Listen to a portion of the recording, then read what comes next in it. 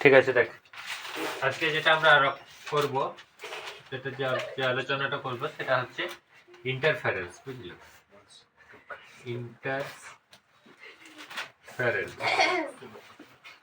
ইন্টারফারেন্সের বাংলা হচ্ছে ব্যতিচার। ইন্টারফারেন্স, ঠিক আছে? এটা একটা আলোর উপরিপাতের, মানে আলোর উপরিপাত বলছে দুটো আলো যদি একটার উপরে একটা উপরিপাত ঘটে তখন আলোর প্রকৃতির একটা পরিবর্তন হয়। সেই পরিবর্তনটা আলোর ব্যতিচার পরিবর্তন বলে। কিরকম ভাবে ব্যতিচার পরিবর্তনটা হয় এটা বলবো। এটা খুব ইম্পর্টেন্ট, মানে হিস্ট্রি অফ লাইটে এটা খুব ইম্পর্টেন্ট একটা ফিনোমেনা বা ধর্ম। কারণ হচ্ছে যে আলোর যে তরঙ্গ ধর্মটা, হাইগেনের তরঙ্গ ধর্মটা, যেটা হাইগেন্সের সূত্র অনুসারে, সেই তরঙ্গ ধর্মটা এক্সিপেরিমেন্টালি প্রমাণ করেছিল যে বিজ্ঞানী, সে হচ্ছে ইয়ং আলোর ব্যতিচার পরীক্ষাটা করেছিল। ব্যতিচার পরীক্ষার মাধ্যমে দেখিয়েছিল যে আলোর তরঙ্গ ধর্ম আছে এবং এই তরঙ্গ ধর্মটা আলোর ওই হাইগেনের তত্ত্ব অনুসারে তত্ত্ব মেনে চলে। তো হাইগেনের এই ইয়ং এর নিষিদ্ধ পরীক্ষাটাও আছে, young double slit experiment, YDSC বলে, ওটা আমাদের সিলেবাসে আছে। প্রথমত ব্যতিচার কাকে বলে, ব্যতিচার কাকে বলে আগে লিখতে হবে। তো আমার নোটসগুলোর মধ্যে এগুলো তো পড়া আছে সবগুলোই, আমি আলোচনা করে দিচ্ছি, তোদের লেখা দরকার নেই, শুন শুধুমাত্র। ব্যতিচার হচ্ছে কি, যদি দুটো আলো, মানে দুটো অ্যাটলিস্ট দুটো তরঙ্গ, দুটো আলোক তরঙ্গ যাদের সেম অ্যাম্প্লিটিউড বিস্তার,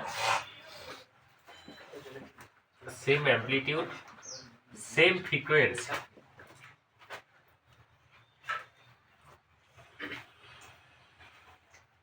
সেম ফ্রিকোয়েন্সি, সেম অ্যাম্প্লিটিউড, সমান বিস্তার, সমান কম্পাঙ্ক, আর হচ্ছে কনস্ট্যান্ট ফেজ ডিফারেন্স।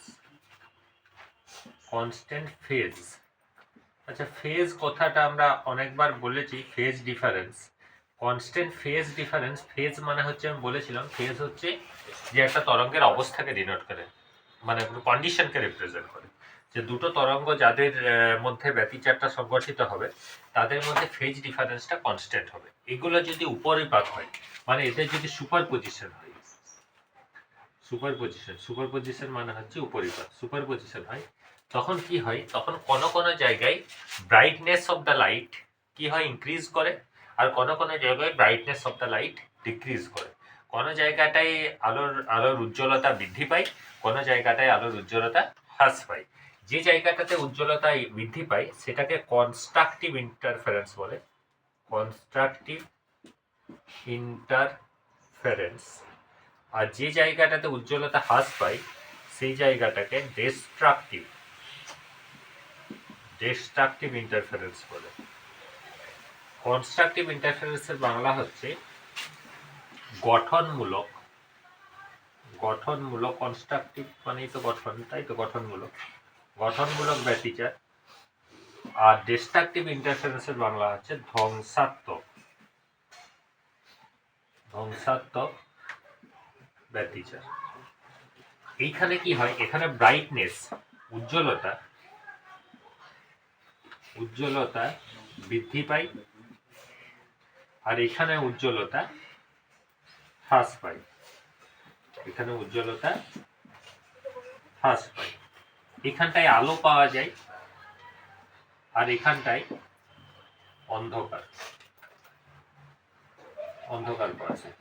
এই ঘটনাটা দেখা যায় ইন্টারফারেন্সের ক্ষেত্রে। ইন্টারফারেন্সে তাহলে কি হচ্ছে, দুটো আলো যদি সুপারপজিশন ঘটে, দুটো আলো যদি উপরিপাত ঘটে, এই কন্ডিশনগুলো মেনটেন করে, তখন আলো দুটোর কি হয়, কোনো জায়গাটায় আলোর উজ্জ্বলতা হ্রাস পায়, কোনো জায়গাটায় আলোর উজ্জ্বলতা বৃদ্ধি পায়।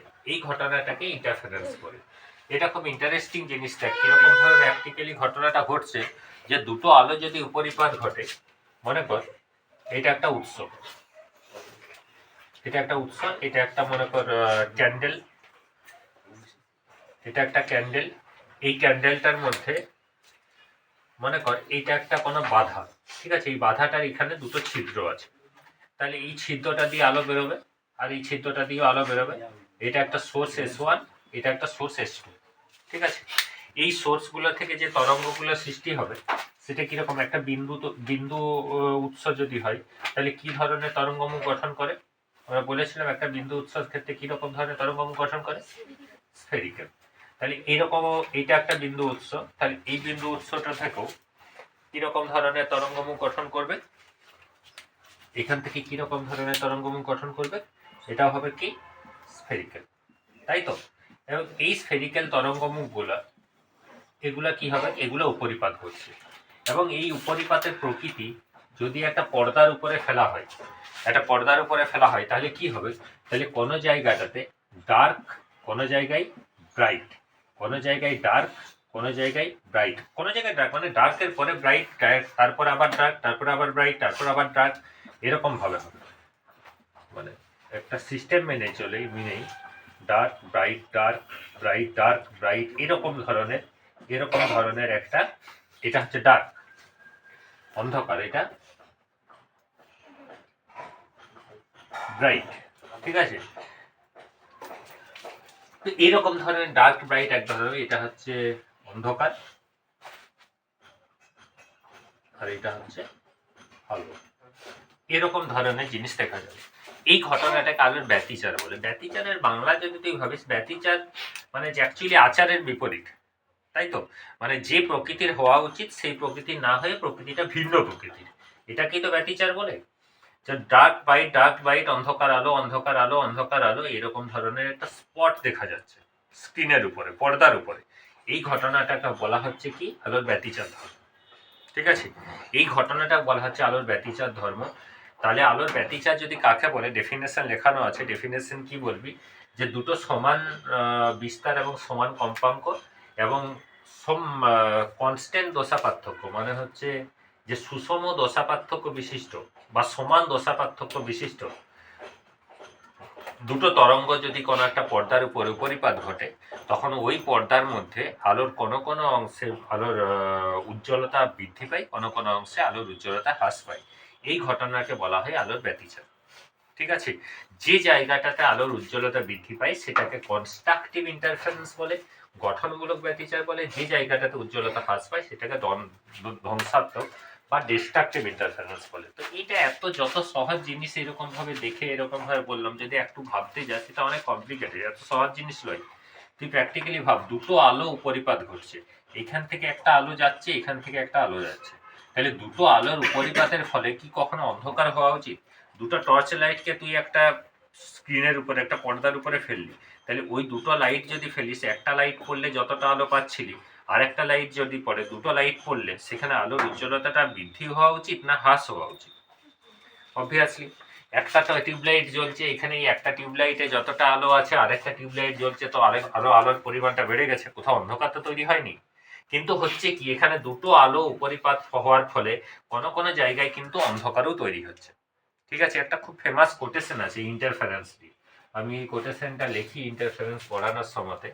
ওই কোটেশনটা হচ্ছে এরকম, যে light plus light not always gives more light, but in certain circumstances it May give darkness.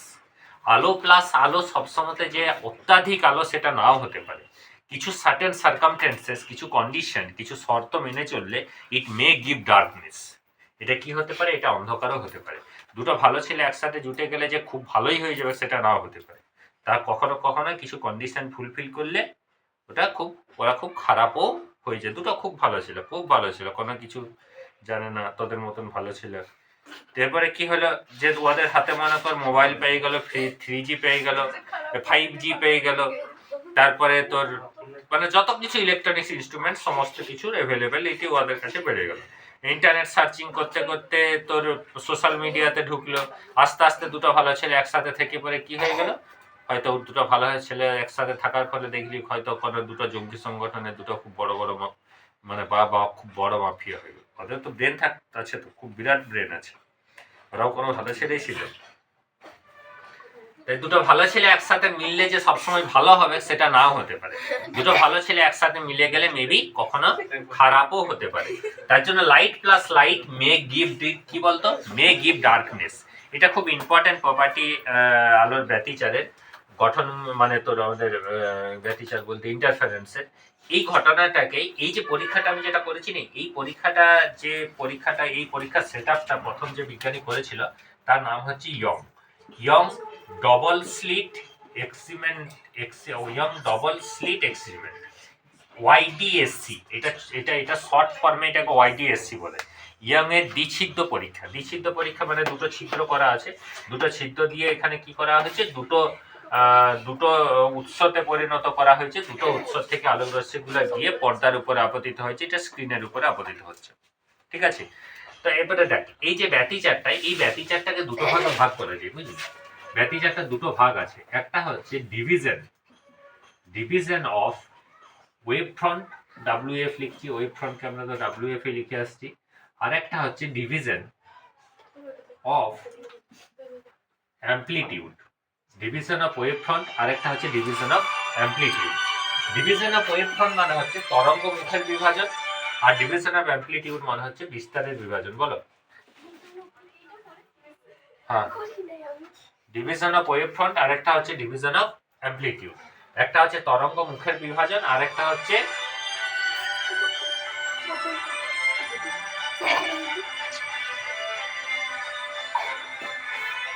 বল, পড়াচ্ছি এখানে।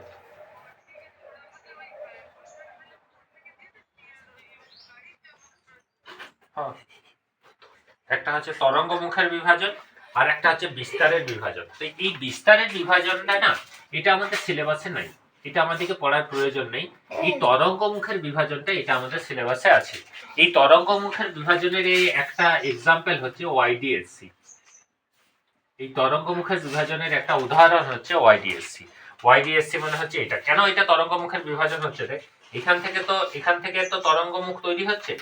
এই তরঙ্গ মুখের মধ্যে যখন একটা তরঙ্গ মুখ এখানে গিয়ে পৌঁছাচ্ছে, এই তরঙ্গ মুখের এই একটা অংশ এটা S1 সোর্স, আর এটা একটা অংশ এটা হচ্ছে একটা S2 সোর্স।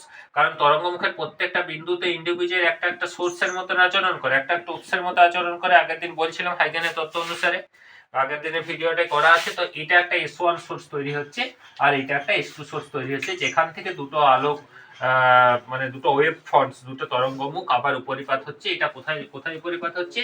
এটা স্ক্রিনে উপরিপাত হচ্ছে, পর্দায় উপরিপাত হচ্ছে, এবং এই ধরনের ঘটনাটা দেখা যাচ্ছে। এটা কিভাবে হচ্ছে এটার ব্যাখ্যাটা আমি আরো বলছি, আরো ডিটেলে বলছি। তো আপাতত এই জিনিসটাকে বলছি আমি, মানে Young double slit experiment YDSC, যেটা তরঙ্গমুখ বিভাজনের একটা হচ্ছে এক্সাম্পল। আর ডিভিশন অফ অ্যামপ্লিটিউডের এক্সাম্পলস আছে, কিন্তু এটা আমাদের সিলেবাসে নেই। ডিভিশন অফ অ্যামপ্লিটিউডটা হচ্ছে যেমন ধর সেই দেখবি তোর ওই জলের উপরে যদি তেল পড়ে, তখন বিভিন্ন কালার মাল্টি কালার দেখায় না, চকচক করে না, বিভিন্ন কালার তৈরি হয়। ওই যে কালারটা তৈরি হয় অ্যাকচুয়ালি ওটা একটা ওয়ান কাইন্ড অফ ইন্টারফারেন্স, এক ধরনের ব্যতিচার। এবং ওই ব্যতিচারটা হচ্ছে ডিভিশন অফ অ্যামপ্লিটিউড, বিস্তারের বিভাজন। বিস্তারের বিভাজনে এক্ষেত্রে কি হয়, মনে কর এটা তো জল, এটা হচ্ছে জল, আর জলের উপরে ধর এটা মনে কর তেল, এটা হচ্ছে অয়েল। তাহলে কি হয়, এটা জল, এটা হচ্ছে অয়েল। তো এখান থেকে কি হয়, একটা আলোক রশ্মি যখন আপতিত হয়, তখন একটা ডাইরেক্ট এরকম ভাবে প্রতিফলিত হয়, আর একটা প্রতিষ্ঠিত হয়ে পরে এরকম ভাবে নির্গত হয়।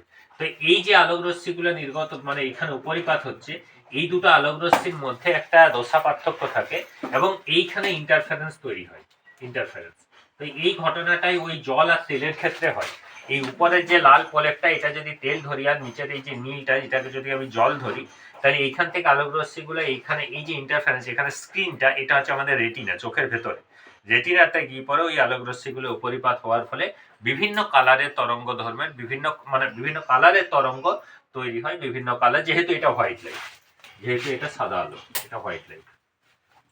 এখানেও যদি এটা হোয়াইট লাইট হয় না, এটা যদি সাদা আলো হয়, তাহলে এখানে মাল্টি কালার ফর্ম হবে। এই যে ব্রাইট গুলো তৈরি হবে, ব্রাইট গুলো কিন্তু একদম সাদা নাও হবে না আর কি, একদম নাও হতে পারে না, হবে না, ব্রাইট গুলো একদম সাদা হবে না, ওগুলো বিভিন্ন কালারের ব্রাইট তৈরি হবে, বিভিন্ন কালার তৈরি হবে, কালারফুল তৈরি হবে। অ্যাকচুয়ালি মানে তো ঠিকঠাক ভাবে ইন্টারফারেন্সটা বোঝাই যাবে না সাদা আলোর ক্ষেত্রে।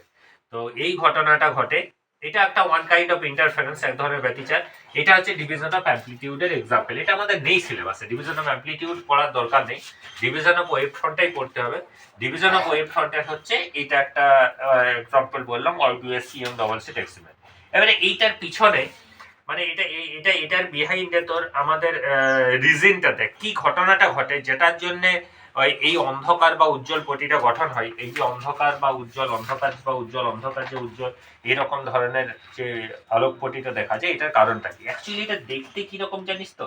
এটা দেখতে আমি তোকে ছবিটা যেটা এঁকেছি আমি, এটা কিন্তু এরকম ভাবে দেখে এরকম ভাবে বুঝতে পারা যাবে না। তো এক্সাম বোর্ড একটা দেখ, এক্সাম বোর্ডটা দেখবো। মনে কর এটা মনে কর স্ক্রিন। তো এইখানে আলোক রশ্মিগুলো গিয়ে উপরিপাত হয়েছে, এখান থেকে একটা সোর্স আর এখান থেকে একটা সোর্স গিয়ে এখানে আপতিত হয়েছে, ঠিক আছে? তো এইখানে যে ডার্ক আর ব্রাইট গুলো যেগুলো তৈরি হয়েছে, ডার্ক আর ব্রাইট গুলো কিরকম জানিস? আমি ছবিটাকে আগে, এটা হচ্ছে মনে কর ডার্ক একটা,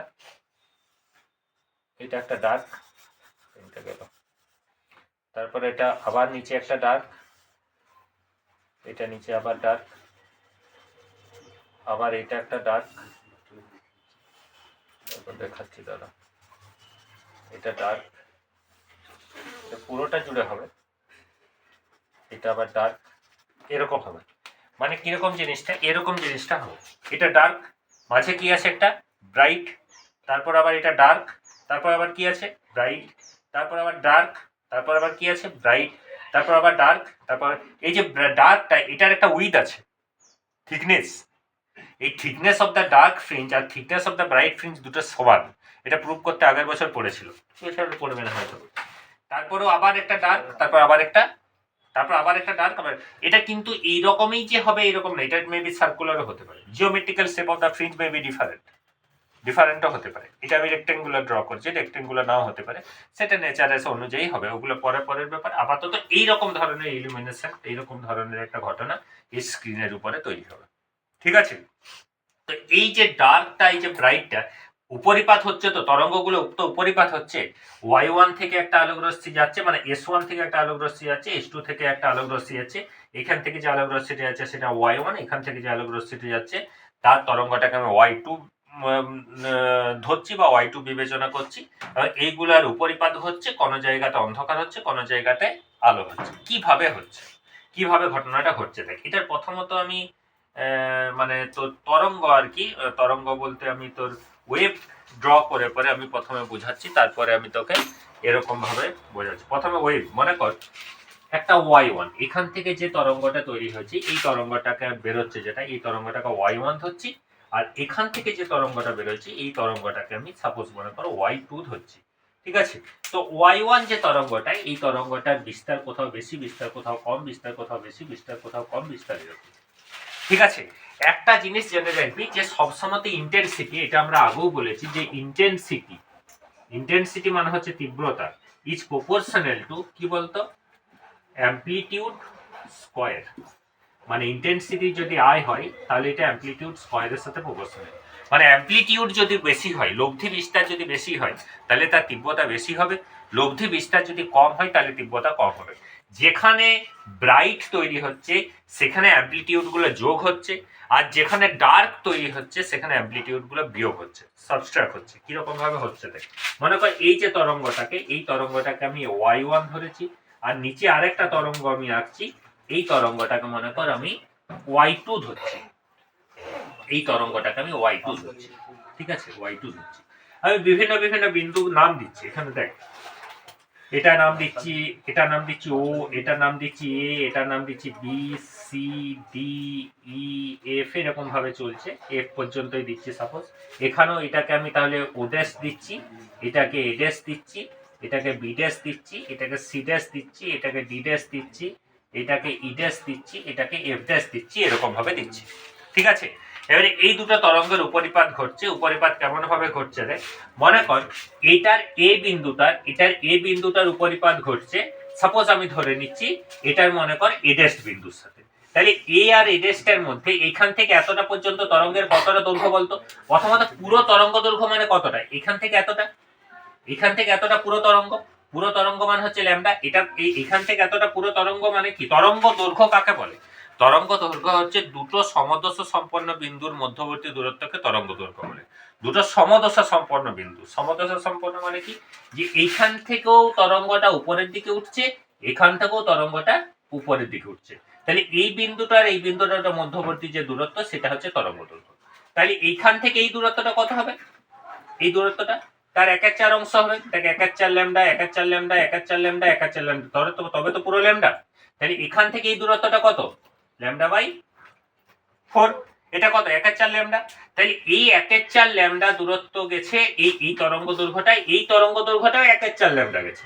তাহলে এই দুটো তরঙ্গের যদি উপরিপাত ঘটে, দেখ এই দুটো বিন্দু, এখানেও তরঙ্গটা উপরের দিকে আর এখানেও তরঙ্গটা উপরের দিকে, তাহলে আলটিমেটলি এদের লব্ধিটা কি হয়ে যাবে, লব্ধিটা দুটোই যদি উপরের দিকে হয় লব্ধিটা অনেক বেশি হয়ে যাবে, হবে না?